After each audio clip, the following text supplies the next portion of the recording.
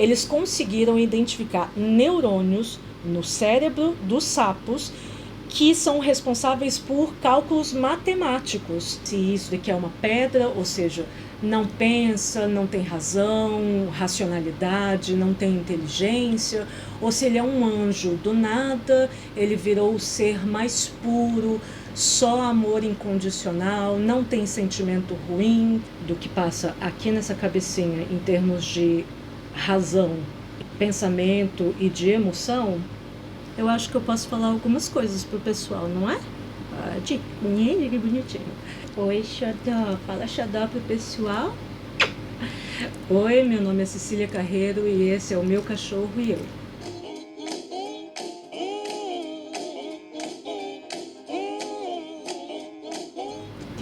Xodó não é meu cachorro, não. Xodó é só o meu hóspede, né? Hoje é o último dia da gente. Hoje eu tô com um Xodó porque muita discussão acontece não só na internet, na vida real e também no meio acadêmico. E aí o tema de hoje é: isso daqui é uma pedra ou um anjo? Qual desses dois extremos? Bom, existe uma expressão que é nem tanto ao mar, nem tanto à terra. Quando a gente não sabe ou quando não existe evidência, dados científicos categoricamente dizendo, afirmando que sim ou que não, a melhor conduta que a gente pode ter é sempre o caminho do meio, né? Infelizmente, as pessoas, elas acabam exagerando um pouquinho. E eu, como cientista do que passa aqui nessa cabecinha em termos de razão, em termos de pensamento e de emoção, eu acho que eu posso falar algumas coisas pro pessoal, não é? Que bonitinho. Vamos tentar fazer esse vídeo o melhor possível, mas hoje aqui tá insuportável o calor. Eu estou suando horrores, então eu já peço desculpa se o meu cabelo aqui no pescoço ficar grudando, é por causa do suor. Mas eu não queria perder essa oportunidade. Peraí, meu bem, que tá me machucando. É porque vai tentar fazendo muita força aqui. E aí, por que o vídeo é sobre se isso daqui é uma pedra, ou seja, não pensa, não tem razão, racionalidade, não tem inteligência, ou se ele é um anjo, do nada ele virou o ser mais puro, só amor incondicional, não tem sentimento ruim. Então vamos entender que talvez a gente possa viver ali no caminho do meio, tá? Vamos começar lá no ano de 2012, com a Declaração de Cambridge. Eu tô aqui com umas colinhas, mas hoje vai ser mais espontâneo o vídeo, né, Xodó? Inclusive tô cheia de pelo seu já, mas vamos lá. O que é a Declaração de Cambridge? É sobre a consciência animal. Talvez a gente nunca saiba o que eles pensam. Talvez a gente nunca saiba o que eles sonham. Porque a gente sabe, por exemplo, você que está me ouvindo agora, você sabe o que eu estou pensando porque eu estou falando agora. Se eu não tivesse falando, você não poderia dizer muitas coisas. Você poderia chutar, deduzir, mas certamente algumas coisas estariam erradas. Para dizer algumas, né? Porque normalmente a gente erra e erra feio. Sobre tentar adivinhar o que o outro está falando. E a gente nem precisa pensar ir muito longe, não. Quando a gente fala de cultura humana, de sociedade humana, a gente tem as outras línguas. Então não adianta você ser super inteligente se você não souber aquela língua. A pessoa vai falar e você vai, em algum ponto, pode até ser confundida como uma pessoa burra. Mas é porque você não sabe falar aquela língua. Cachorro fala cachorrês. E a gente não sabe muito bem o que eles falam. O que eles, né, falam em cachorrês. Eles, aí a história é um pouco diferente. Eles sabem muito mais do que a gente. Já faz aí pelo menos existe uma margem um pouco grande, mas é mais ou menos entre 18 mil e 30 mil anos que a gente tem essa convivência mais próxima com o cachorro. E cachorro se especializou em humanês, então eles sabem ler a gente muito bem. Com gato é mais ou menos 10, 12 mil anos. O contrário, aí a gente já não garante tanto. Por quê? Porque faz cerca de, no máximo, um pouquinho mais de 2 décadas que a gente começou a tentar entender cachorro. Com gato a situação é ainda um pouco pior.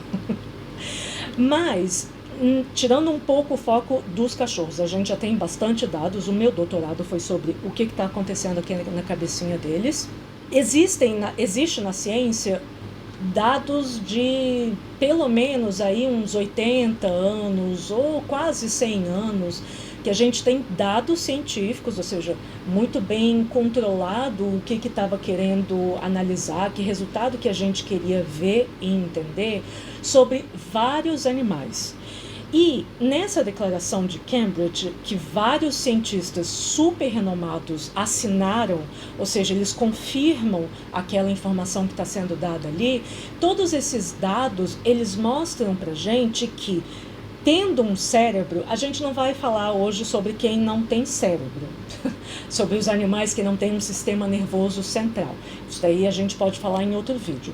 Mas sobre os animais que têm um sistema nervoso central, um cérebro, a gente já vê muita similaridade, ou seja, é muito, muito, muito parecido o tecido, é muito parecida a função, logo a gente pode sim concluir com todos os dados que a gente já tem hoje que eles têm sentimentos muito parecidos com os nossos, eles têm uma forma de pensar, um raciocínio também, eles também têm inteligência.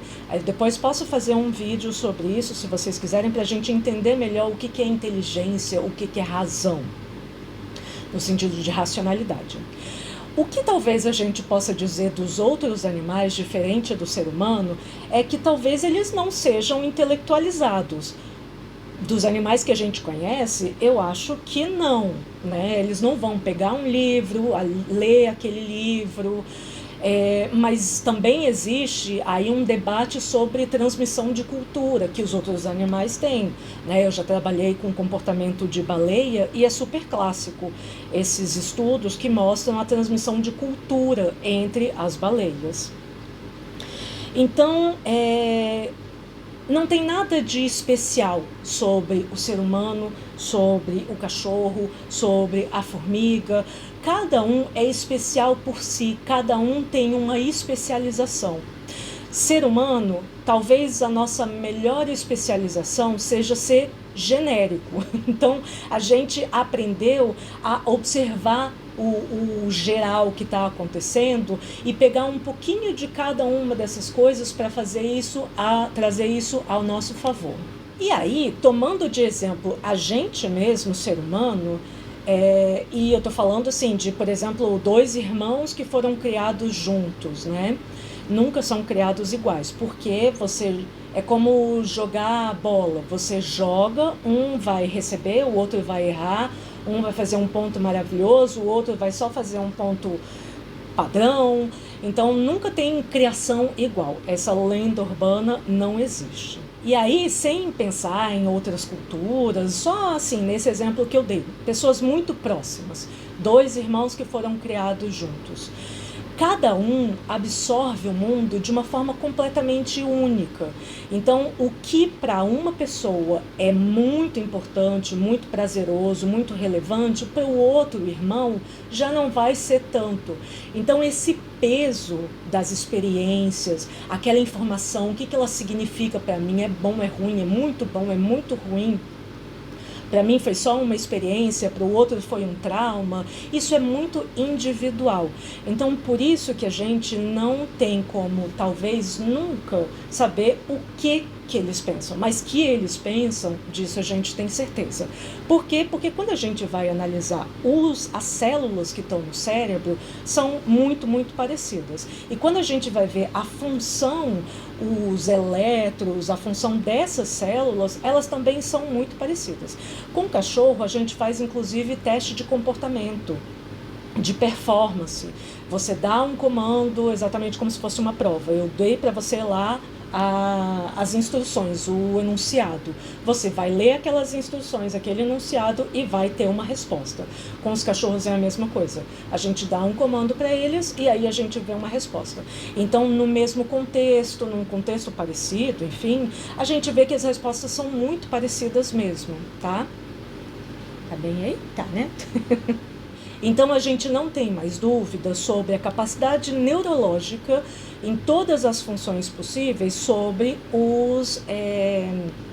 os outros animais que têm cérebro. Como eu falei, a gente vai ficar só nos animais que têm cérebro, tá? E que eles são seres sencientes. O que isso significa? Significa que eles sentem. A gente, na ciência, eu já falei em outros vídeos, vou deixar marcado aqui de novo o de ciúme, a gente sabe que eles têm as emoções primárias. Medo, alegria, tristeza, aversão, que normalmente a gente chama de nojo, essas são as emoções primárias.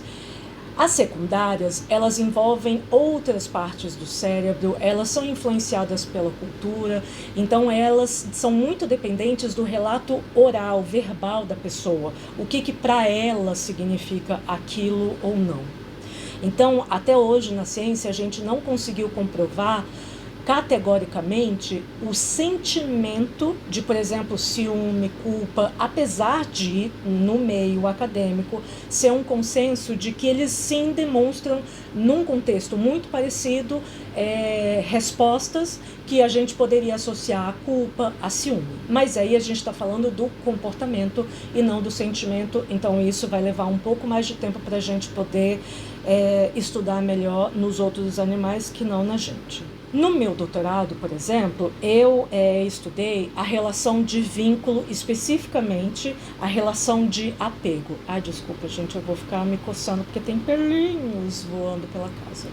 Mas, no meu doutorado, como eu estava falando, essa relação específica de vínculo de apego. Então, a gente consegue provar, verificar que os cachorros desenvolvem essa relação de apego com a gente e vice-versa. Eu também estudei o sono deles e a associação com esse sentimento do vínculo, né, do apego, e com comportamentos de impulsividade, de autocontrole, de prestar mais ou menos atenção. Então, a gente não tem mais dúvida de que, pelo menos, os sentimentos básicos, eles sentem. Então, eles são seres que sentem. Como eu falei para vocês, o que eles pensam, o que esse sentimento significa para eles, é muito individual até para a gente. Então, é muito difícil a gente conseguir comprovar isso. Além dos sentimentos, a gente tem a razão, a racionalidade. Vamos ver aqui, deixa eu só olhar aqui, fica aí, tá bom? Então, olhando aqui, eu fiz questão de deixar o que é racional, o que é ser racional. É um termo que se refere à capacidade de pensar e tomar decisões com base na razão, lógica e evidências. E isso, pasmem, em anfíbios, eu acho que era sapo, o artigo que eu estava lendo, eles conseguiram identificar neurônios no cérebro dos sapos que são responsáveis por cálculos matemáticos. Eu posso depois, se vocês quiserem, deixar aqui marcado, faz muito tempo que eu li, e eles, assim como a gente tem neurônios que são responsáveis por olhar para você e imitar, ou seja, saber o que você está fazendo e me aproximar do que você está sentindo para eu poder entender, ou comediantes que imitam as pessoas, né? Existem neurônios específicos no cérebro para isso, existem neurônios para determinar o tempo Então, se está de manhã, de noite, tarde, quanto tempo passou. Hoje em dia, a gente acha que a gente não sabe olhar, perceber o tempo, mas é porque a gente está o tempo todo com relógio, com computador, com celular. Mas eu te dou 2 dias, se você tiver de férias e conseguir, e você ficar sem celular, sem olhar o relógio do computador e sem ter o relógio, eu te garanto que você vai começar, magicamente, a voltar a perceber a hora. Não é mágico, é simplesmente porque agora, como você não está dando a informação de graça para o seu cérebro está reativando esses neurônios. E existem neurônios também responsáveis por contar. E isso foi visto, esses neurônios específicos, em anfíbios, por exemplo. Então, o que a gente conclui disso? Que eles contam. O que isso significa para eles? Aí você tem que aprender a falar sapeis e perguntar para ele. Não, desse nível a gente ainda não chegou. E aí, o que então essa definição que a gente viu de razão, de racionalidade significa? Significa que a gente, tudo bem, a gente tem um pacote básico, a gente vem ao mundo com um pacote básico, graças a Deus, porque a gente tem que sobreviver do primeiro minuto que a gente nasce, do primeiro segundo que a gente nasce.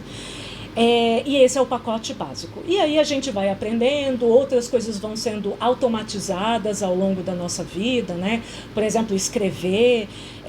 Quando a gente vai escrever pela primeira vez, a gente não tem essa lembrança porque, em geral, a gente é muito novo. Mas se perguntar para uma pessoa que foi alfabetizada já adulta, você vai saber que não é só o ato de escrever, é pegar na caneta, com que mão que eu vou pegar, como que pega. Então, tudo isso eu preciso aprender. Agora, imagina se toda vez que você fosse escrever, depois que você aprendeu a escrever, você tivesse que do nada, de novo, começar do zero. Como que pega, com que mão que pega, sabe? Não é assim que funciona.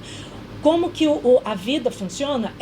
Essas coisas que são básicas e repetitivas podem ser automatizadas, então elas vão para uma parte do cérebro que não tem acesso da consciência, ou seja, a sua ação vai ficar mais rápida e você vai focar no que você quer escrever. Como que você quer escrever? Aí sim a gente acessa a parte consciente do cérebro. Mas dando continuidade a esse exemplo de escrever, e se a caneta não estiver lá? E se for uma caneta diferente, uma caneta de tinta, de pena, que você nunca usou? Você vai ter que prestar atenção agora, não só à sua ideia, mas àquela evidência, aquele dado de uma caneta nova, é uma cor diferente, você precisava de outra, você queria outra, é um papel que está manchando. Eu que sou canhota, todo canhoto passa por isso. Eu sempre fico com a mão toda manchada quando eu vou escrever a caneta, dependendo do grafite também. Eu preciso comprar canetas que não vão soltar a tinta muito fácil. Então são coisas que para os destros não faz o menor sentido, vocês não pensam sobre isso, mas um canhoto precisa pensar sobre isso. Isso é racionalidade, ou seja, eu tenho um pacote básico, eu já sei escrever, mas naquele momento tem uma evidência, um dado diferente que eu preciso pensar. Eu quero fazer isso, eu preciso fazer isso, como que eu vou fazer isso agora? Isso é razão. Isso é o que os animais fazem e isso é básico da sobrevivência. Então a gente precisa, na teoria da evolução, a teoria da evolução ela foi escrita primeiramente por Darwin e ao longo da ciência, do tempo, outras evidências foram somadas para confirmar que a teoria da evolução é uma evidência muito forte do que Darwin estava querendo mostrar naquele momento. E aí tem uma parte dessas novas evidências que foram somadas que o autor, ele quando escreveu, eu achei genial. Ele usou, na verdade, uma citação de Alice no País das Maravilhas. E ele escreveu assim: aqui, é mais ou menos assim, né? Aqui, para sobreviver, você tem que correr muito para ficar no mesmo lugar. E isso é a vida. Então, não somos pedra. mesmo que a gente não entenda, ou seja, não é só porque a pessoa fala húngaro que eu vivo, elas não são pedras porque elas não entendem o que eu estou falando em português ou em inglês, e o contrário também é verdade. Eu não consegui aprender húngaro, mas isso não faz de mim uma pedra. Isso só faz de mim uma pessoa que não foi capaz de aprender húngaro. Simples assim. Isso não diz mais nada sobre absolutamente nenhuma outra área da minha vida. Então, a gente vê cientificamente e na nossa prática, vivendo com esses serizinhos, que eles não são pedra, ou seja, eles têm sentimentos e eles têm racionalidade. Eles conseguem pensar e se ajustar naquele momento com as informações que estão sendo dadas naquele momento. Tá, eu falei então que eles têm sentimentos, né? Mas será então que por eles terem sentimentos, eles são assim tão angelicais? Não é verdade, porque sentimentos ruins também são sentimentos. Então, existe sim existem evidências de animais que praticam abuso em relação a outros animais da mesma espécie. Existem relatos de animais selvagens, existem relatos de animais, de cachorros que vivem livre, né? Ou seja, aquele grupinho que não tem um humano para chamar de seu. Então, existem sentimentos ruins. Isso tudo faz parte da psicologia social. Eu não vou adentrar muito nisso, eu posso fazer um vídeo depois sobre isso, mas é porque senão vai ficar muito pesado esse vídeo. Mas nem todos os sentimentos que a gente tem, eles são bons e puros e angelicais. E com os animais acontece a mesma coisa. Nem todas as motivações dos animais são puras e angelicais. Que seja por uma questão básica de sobrevivência. Sabe aquele negócio de pouco carvão, minha sardinha primeiro, sei lá, alguma coisa assim, gente, eu não entendo de churrasco, mas assim, sabe, quando a gente está na necessidade, é natural a gente pensar primeiro na gente, existe um limite, né, a gente também não precisa ser o pior ser humano da face da terra, mas é aquela metáfora da máscara no avião, a máscara de oxigênio. Primeiro você coloca em você para depois colocar no bebezinho, por exemplo, que não vai conseguir fazer sozinho aquilo. Mas eu preciso estar respirando, eu preciso estar viva para poder ajudar.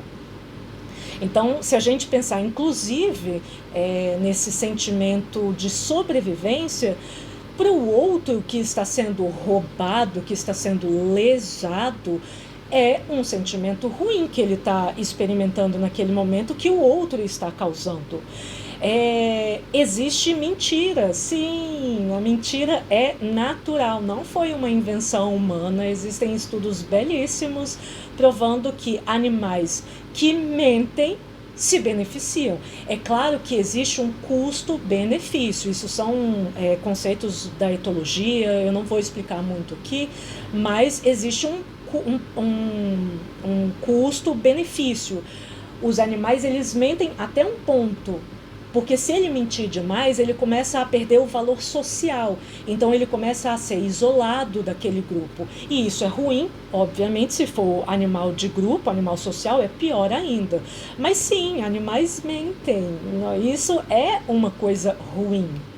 Um exemplo, né, um outro exemplo, uma professora minha, que eu amo de paixão, da clínica, né, que me fez apaixonar pela clínica, que eu não queria trabalhar com clínica de jeito nenhum, quando eu comecei a faculdade de veterinária, ela contava, né, era uma cachorra, era uma fila brasileira gigantesca, que tinha sido criada desde muito pequenininha, 2, 3 meses, por esse cara que morava numa casa grande, com quintal, e tinha também a faxineira, a secretária que ia lá cuidar da casa, ajudar. Então eram basicamente essas duas pessoas com quem a cachorra tinha contato, e isso. E essa cachorra, o cara era um bruto da pior forma possível, ele batia nessa cachorra, ele era super bruto com ela. E a cachorra era meio bocó, né? Tadinha, filhote. E ela era aquele meio, era aquela vida dela. E ela também tratava super bem essa faxineira. Num belo dia, essa cachorra já tinha aí seus 2 anos de idade, o cara foi, era à noite, né? Ele foi até o quintal colocar a comida dela. Só que estava escuro, e aí ele não viu onde que ela estava. Quando ele percebeu, isso a secretária contando, né? Quando ele percebeu, ela estava muito perto dele e ele instintivamente se afastou, se assustou. Para quê?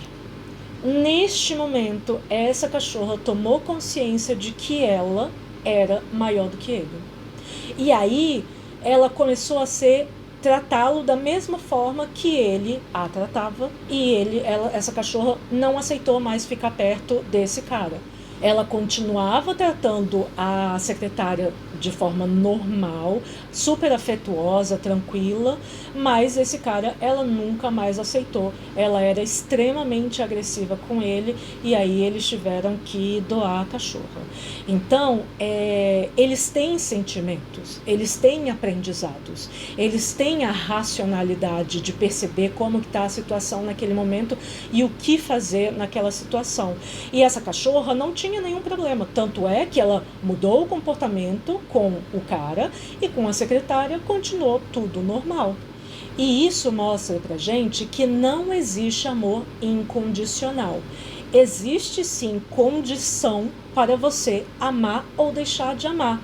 Condições básicas, por exemplo, como passar fome, não ter as suas necessidades básicas atendidas, e outras questões de afinidade, enfim, outras questões um pouco mais filosóficas.